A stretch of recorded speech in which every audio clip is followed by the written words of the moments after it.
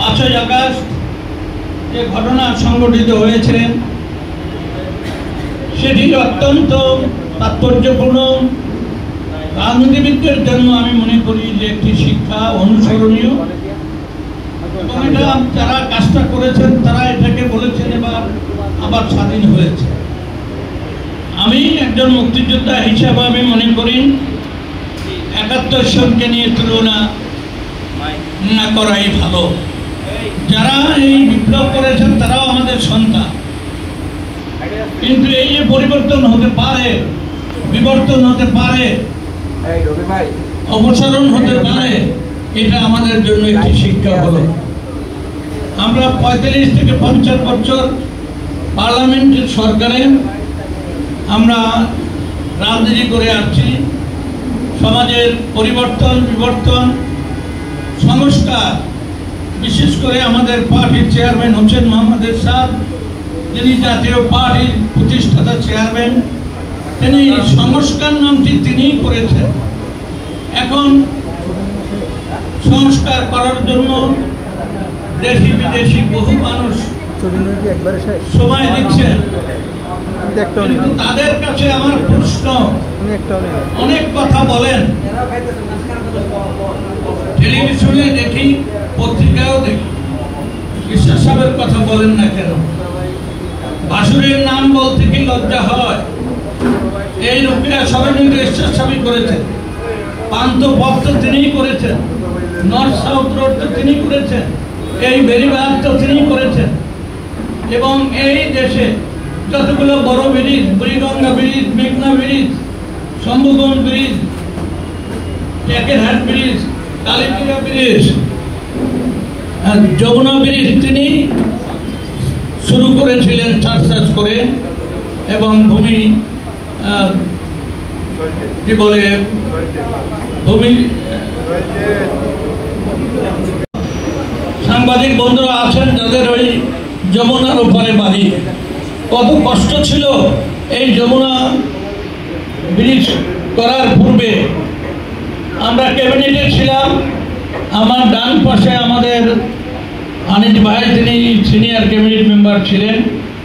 তিনি একদিন বললেন ঈশ্বর সাহেব যে আমাকে একটা যমুনা ব্রিজ দেন, আমি আপনাদের কাছে কিছু চাই না। আমি তো অনেক কাজ করছি দেশে। তিনি অশ্রুসিক্ত তিনি বললেন যে আমি মৃত্যুর আগে এই উত্তরবঙ্গের জন্য এই যমুনা ব্রিজ এবং রাস্তা যদি করে যেতে পারতাম, আমি যত কষ্ট করেছি আপনাদের জন্য তার প্রতিদান আমি পেতাম, স্বীকৃতি পেতাম। এইভাবে দিনে রাত্র পরিশ্রম করেছেন। আমরাও সুখে মন্ত্রিত্ব করতে পারিনি, সপ্তাহে একবার এলাকায় যেতে বাধ্যতামূলক, সচিবদেরও বাধ্যতামূলক এলাকায় পাঠাতে, এবং কর্পোরেশনগুলো যারা কর্মকর্তা তাদের স্ব এলাকায় পাঠাতে। ঢাকায় বসে কেউ আমরা থাকতে পারতাম না, আমাদের মন্ত্রণালয় মনিটর হতো। নামাজ পড়ে শুরু করতাম, আবার নামাজ পড়ে শেষ করতাম গভীর রাত্রে। দিনে রাত তো কষ্ট করেছি, পরিশ্রম করেছি। এটা সত্য যে আল্লাহ রসিম রহমান এবং আপনাদের দোয়ায় আপনারা এই নূতন যুগের সুযোগ্য সন্তান, আপনাদের বিবেক দিয়ে লেখেন। এই ৩৫ বছরের যে কয়টি সরকার আসছে, হোসেন মোহাম্মদ এরশাদের সমকক্ষ তার মতো সংস্কার আর কেউ করতে পারে না। একটি উপজেলায় গেলে আমরা দাঁড়ালে বলে যে এই তো এরশাদ সাহেবের লোক আসছে, এই উপজেলায় এরশাদ সাহেব করেছে। একটি বড় ব্রিজের উপরে দাঁড়ালে বললেন যে এটা এরশাদ সাহেব করেছেন, তিনি উদ্বোধন করেছেন। কামারখালী ব্রিজ আমাদের সাবেক প্রধানমন্ত্রী ম্যাডাম খালেদা জিয়া তিনি ক্ষমতাকে উদ্বোধন করলেন। এটা প্রিপেয়ার ছিল ফর ওপেনিং, কিন্তু এর মধ্যে বিপর্যয় হয়ে গেল, কিন্তু তিনি 1 মাসের মধ্যে উদ্বোধন করলেন। এবং অনেকগুলো কাজ তিনি করে গিয়েছিলেন, যেগুলো পরবর্তী সরকার ধারাবাহিকতা নিয়ে কাজ করেছেন। আমি বলবো যে সংস্কার মানে হোসেন মোহাম্মদ এরশাদ। সংস্কার মানে জাতীয় পার্টি, সংস্কার মানে এই দেশে হোসেন মোহাম্মদ এরশাদের হাতের ছোঁয়া। পদ দিয়ে তিনি হেরেছেন, সেই পদে পরিবর্তন হয়েছে, উন্নয়ন হয়েছে। সুতরাং আমি অনেকগুলো সংস্কারের কথা বলবো না। ফিরোজ ভাই দয়া করে আমাকে একটা লিড দিয়েছিলেন, তার মধ্যে রাষ্ট্রধর্ম ইসলামের কথাও তিনি বলেছেন, শুক্রবার দিন ছুটির কথা বলেছেন, এবং মসজিদ, মন্দির, মাদ্রাসা, এতিমখানা, বিদ্যুৎ বিল, পানির বিল তিনি মাফ করে দিয়েছেন, এবং তিনি 2টি বোনাস করে দিয়েছিলেন কর্মচারীদের জন্য। 6টা হাইকোর্ট বেঞ্চ করেছিলেন তিনি, কিন্তু ষড়যন্ত্র করে সেগুলো তারা আবার উঠাই নিয়ে আসলেন। বহু সংস্কার তারা আছে, স্মৃতির পাতায় আমি অগণিত কাজ দেখি যেগুলো সংস্কার মানে ইসলাম, সংস্কার মানে জাতীয় পার্টি, এটা আমি বিশ্বাস করি। সুতরাং আমি যারা আজকে সংস্কার নিয়ে কথা বলছেন তাদেরকে বিনীতভাবে স্মরণ করাই যে জাতীয় পার্টিকে বাদ দিয়ে বাংলাদেশের মাটিতে কোন সংস্কারের ইতিহাস দেখা সম্ভব হবে না। তাই আপনারা, আমাদের সন্তানেরা থাকবে, আমরা চলে যাব, দেশের জন্য সংস্কারের বিষয় আমাদের সাথে আলোচনা করতে পারেন, তাহলে সেটা আরো সমৃদ্ধ হবে।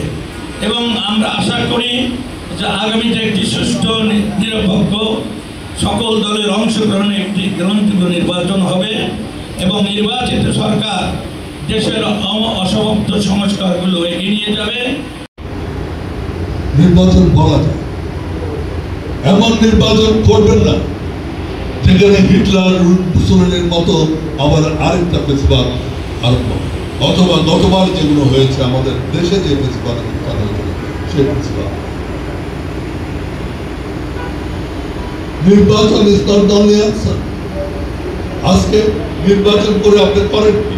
আপনি একটা সরকার গঠন করেন, একটা পার্লামেন্ট, কিন্তু এই সরকার যে ফেসিবাদ সরকার হবে না, তার প্রধান যে নিয়ামক শক্তি সেটা হচ্ছে যে neutrality of the civil service, neutrality of the police force, neutrality of the judiciary. এইটা যদি না হয়, এবং যে আপনারা যারা প্রেসের লোক আছেন তাদের স্বাধীনতা, প্রেস ফ্রিডম এবং জুডিশিয়ারি নিউট্রালিটি, আপনার সিভিল সার্ভিসের নিউট্রালিটি যদি এবং জুডিশিয়ারি নিউট্রালিটি যদি না হয়, তাহলে কিন্তু ফেসিবাদ আবার উত্থান বন্ধ করতে হবে। কারণ এগুলোই আপনার পক্ষে কাজ করবে ফেসিবাদের উত্থান। গতবার হয়েছে কি? গতবার ফেসিবাদের উত্থান হলো কি? Because police force institution destroyed, judiciary আপনার ডিস্ট্রয়েড, আইনের শাসন ছিল। আজকে এই জিনিসগুলো যদি আপনি ঠিক করতে না পারেন, এইটা যদি এনশিওর করতে না পারেন, এই মানুষের মনে এই প্রশ্নটা যদি না আসে, আর ওই সেক্রেটারি ওখানে আছেন, উনি জামাত করতে না বিএনপি করতে, এটা তো বন্ধ করতে হবে। এটা বন্ধ না করলে আপনি কিভাবে নিউট্রালিটি অফ দি ইয়ার? এখন ওই ইউনে গেল, এটা কি জামাতের না অমুকের, অন্যতম, এইভাবে কি করবে? নির্বাচন হয় একদিন, নির্বাচনের দিন this election commission is totally useless. নির্বাচনের দিন যারা ইউজফুল, মাঠ প্রশাসন, ডিসি, এসপি, এদের মাঠ প্রশাসন বলতে ওসি এবং এই কেয়ারটেকার গভর্নমেন্ট পার্লামেন্টের মাধ্যমে হওয়ার পরেও যে সংস্কার ছিল সেই সংস্কার সরে ফেলে দেন। সুতরাং আপনি যে সংস্কারের কথা বলতেন, সেই সংস্কার জোর করে উপর থেকে চাপিয়ে আপনি সংস্কার করতে পারেন। এই সংস্কার জনগণকে নিয়ে করতে হবে। জনগণের ভোটে যারা ইলেক্টেড হবে, নির্বাচিত হবে, তাদের মাধ্যমে একমাত্র এই সংস্কার সম্ভব। আমেরিকা থেকে আসা, লন্ডন থেকে আসা, বিদেশ থেকে আসা বড় বড় পিএইচডি ডিগ্রি থাকলে কোনো লাভ, তারা যদি ইলেক্টেড হয়ে পার্লামেন্টে যান, এই দেশের শাসন ভার আমাদের কনস্টিটিউশনে, আমাদের সংবিধানে আছে। আমাদেরকে আমাদের এই নির্বাচন আমরা চাই, এবং সবচেয়ে সহজ উপায় হচ্ছে যে আজকে পিয়ারের কথা বলছি। পিয়ারের কথা এরশাদ সাহেব, প্রপোর্শনাল রিপ্রেজেন্টেশন আমি support, and there are ways of doing it. আমরা মিক্স করতে পারি। আমরা মহিলা আসন দিচ্ছি না 50টা, সেই 50টা আসনের জায়গায় 100টা করলে আমরা সেখানে পিয়ারে কিছু ভালো লোককে যারা নির্বাচন করতে পারে তাদের টানতে, কিন্তু সেটা তো করতে পারে। আজকে 50টা সিট থেকে 100টা মহিলার আসন আপনি করতে পারেন, কারণ আপনাকে কনস্টিটিউশন অ্যামেন্ড করতে হবে। সুতরাং এই সব কথা বলে মানুষকে বোকা বানানোর কোনো দরকার নেই, সময় ক্ষেপণ করার দরকার নেই। আপনাদের দায়িত্ব how to make the administration neutral. কখন আপনারা মানুষের মন থেকে এই কথাটা সরাতে পারবেন যারা প্রশাসনে আছেন, তারা কি জামাত না তারা বিএনপি না তারা আওয়ামী লীগ? এই প্রশ্ন যেদিন আমরা সরাতে পারবো তখন আমরা মনে করবো এই প্রশাসন একটা নিউট্রাল প্রশাসন। আজকে জাজ আপনারা সমাজে জানেন, হয়তো লিখবেন। এখন আমি যতদূর জানি press censorship is much more stronger than earlier. Fascist রেজিমে যে ইয়ে ছিল, প্রেস সেন্সরশিপ ছিল, তার চেয়ে এখন অনেক বেশি প্রেস সেন্সরশিপ। আপনারা লিখবেন না, কিন্তু আমার নাম তানিম, আমি আজকের পর থেকে কাজ করি। আপনি বারবার বলছেন যে আপনার আওয়ামী লীগের সহযোগী বা কিছুই নেই, আপনি নিজে আওয়ামী লীগ সরকারের মন্ত্রী ছিলেন। আপনাদের গত নির্বাচনে আপনাদের যারা এমপি প্রার্থী হয়েছিলেন তারা তাদের পোস্টারে লিখেছিল যে আওয়ামী লীগ মনোনীত সমর্থিত প্রার্থী। আপনাদের এখানে নির্বাহী চেয়ারম্যানের পোস্টারও সেটা লেখা ছিল গত ইলেকশনে। সেটা আসলে তাহলে আপনারা আওয়ামী লীগ কিংবা আপনারা আওয়ামী লীগের আওয়ামী লীগ আমি বারবার বলেছি যে আমরা নির্বাচনে একটা জোট করা যায়, এবং আজকে দেখেন জামাত এবং হেফাজত দুইটা জোট বলে, কিন্তু তারা নির্বাচনী ঐক্যের জন্য জোটের জন্য করেছে। আমি আমারটা বলতে পারি, আমার ইয়েতে পোস্টারে কারো নাম ছিল, এটা আমি বলতে পারি। আর যারা দিয়েছেন সেটাও মনোনীত লেখেনে সমর্থন। মাননীয় চেয়ারম্যান, আমার নাম গনিম কামাল, আমি ইন্ডিপেন্ডেন্ট টেলিভিশনে কাজ করি। আপনি বলছিলেন যে আসলে নির্বাচন আপনারা চান যেন দ্রুতই হয়, সেই ক্ষেত্রে জাতীয় পার্টিকে আগামী নির্বাচনে জোটবদ্ধ রাজনীতি বা জোটবদ্ধ নির্বাচনের কোনো চিন্তা ভাবনা করছে কিনা? আমরা জোটবদ্ধ নির্বাচন করবো, তবে তার সাথে জোট করবো সেটা করার ঠিক হয়নি, সেটা নিয়ে আমরা কোনো চিন্তা ভাবনা করিনি। কারণ ভবিষ্যতে যে নির্বাচনগুলো হবে, এমনকি যারা সবচেয়ে বড় দল, আমি আপনাকে বলতে পারি, এখন হয়তো বলবো না, কিন্তু যখন নির্বাচন হবে তখন তারা যুদ্ধে যাবে।